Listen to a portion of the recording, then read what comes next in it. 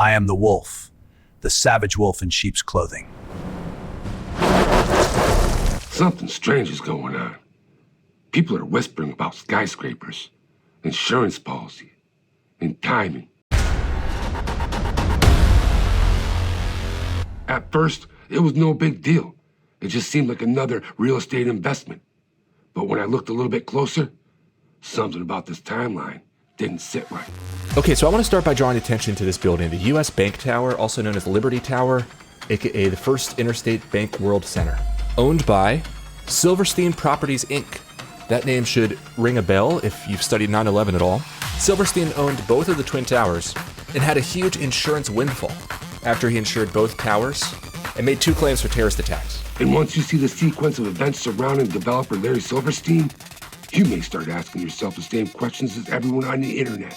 I guess he took some of those proceeds and bought this other World Trade Center in downtown Los Angeles, where we're now being told that Iran is plotting a revenge terror attack with an army of drones. But hold on, because this story doesn't start when you think.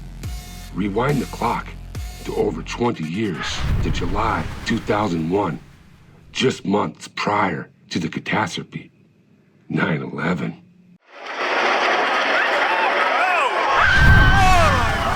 July 2001, New York City, a massive real estate sale. Developer Larry Silverstein quietly acquires some of the most important property on the planet, the World Trade Center.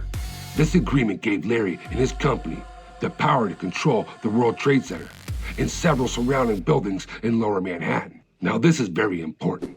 At the time, this was one of the largest real estate deals ever in the United States of America. But here's where things get strange, the timing.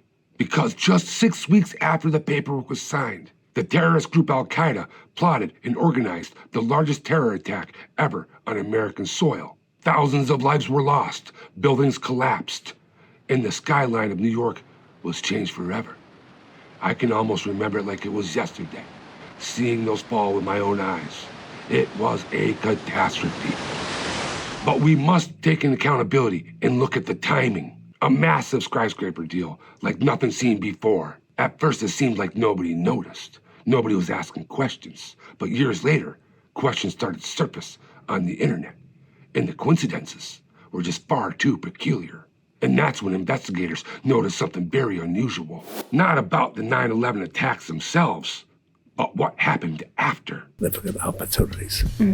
So we just bought 55 You read my mind. Broad. And here's the thing. Behind the scenes, another story was unfolding. Insurance. Silverstein's company insured the Twin Towers and its surrounding properties for billions. But hold on, because here's where the timeline gets interesting. Number one, we have the land. Number two, it's a good location. It's not in the center of any particular district. It's at the edge of several districts. Right. So the number of people who can object to us is much less. The legal fight that followed centered around one single question. Was the destruction one single event or 2 separate attacks? And that distinction matters way more than you think, because the attacks were classified as 2 separate insurance events. Insurance payouts could potentially double. And this next part is critical. Years of legal battles followed between Silverstein's companies and the insurers, eventually leading to billions of dollars in payouts. But then something happened that nobody expected. People online started connecting the dots. Larry Silverstein, right? We've all heard the story about the fact that he buys a massive insurance policy that in case 2 planes are, attack the plane, he gets 2 times the amount of whatever it is, and then he gets $3.5 billion. And the day that he always has breakfast on the World Trade Center, he doesn't end up having breakfast that day. And how much money paid out to him when you pull up the number? It's public info. You can pull up. $5 billion. A building purchase, a catastrophe, an insurance payout. Something about this doesn't seem to add up, at least in the eye of the internet investigators. So Larry Silverstein leased the World Trade Center just 6 weeks before 9/11, received a $4.55 billion insurance payout following the destruction of the World Trade Center. And added a clause for terrorism. And added a clause for terrorism. And added a clause for terrorism. And added a clause for terrorism in the insurance policy. And that's not even the most surprising part. The next sequence of events ignited years of debate. The legal battle over whether the tax counted on one or two occurrences lasted years. In 2004, a jury ruled that some insurers had to pay double, while others just paid one final payout, $4.55 billion. Yeah. That we know. Huge money. That's strange. And here's the thing that gets us. Years later, during a documentary interview, Larry Silverstein described some of the damage the buildings took. And that's when the story took a turn. Silverstein used a phrase that immediately caught attention online. He described them as having to pull it. But wait until you see this. Some people interpreted Larry's words as demolition. Others, investigators and engineers, claim that he used the phrase pull it as a referral to removing firefighters for their own safety. But look closely at this, because language matters, but context matters even more. And this is where things are getting interesting, because more than 20 years later after 9/11, a new skyscraper is entering the conversation. They actually claimed in the 9/11 Commission that the original plan called for the hijacking of 10 planes. And this U.S. Bank Tower in downtown Los Angeles was one of the targets, they said. But once that clip reached the internet, something unusual happened. It spread everywhere. It was on every social media site and all over mainstream media. And once conspiracy discussions start online, they rarely disappear. And that's where this is all getting so interesting, because more than 20 years later after 9/11, a new skyscraper is entering the conversation. So remember, the FBI told us, yeah, it seems like there's some intel that if we attack Iran, they're going to attack California with drones. And basically they're like, we're not going to tell you anything else. No other information. So what are the possible targets? I think the US Bank Tower is definitely one such possible target. The massive skyscraper dominating the Los Angeles skyline, the US Bank Tower. Standing at over 1,000 feet tall, it's one of the tallest buildings on the West Coast. But here's the twist. Internet reports are coming out now that Larry Silverstein is now the owner of the US Bank Tower. And this is too much of a coincidence. Because all of a sudden, an old timeline starts to resurface. A developer linked to one of the most infamous buildings in history now has his hands on another tower. Notice something strange here? Or just another iconic skyscraper deal?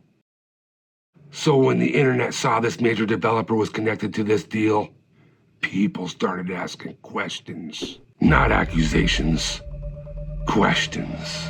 Okay, next up, let's talk about this. Setting the stage, we now have missing drones. The Army says that 4 drones have been stolen from Fort Campbell.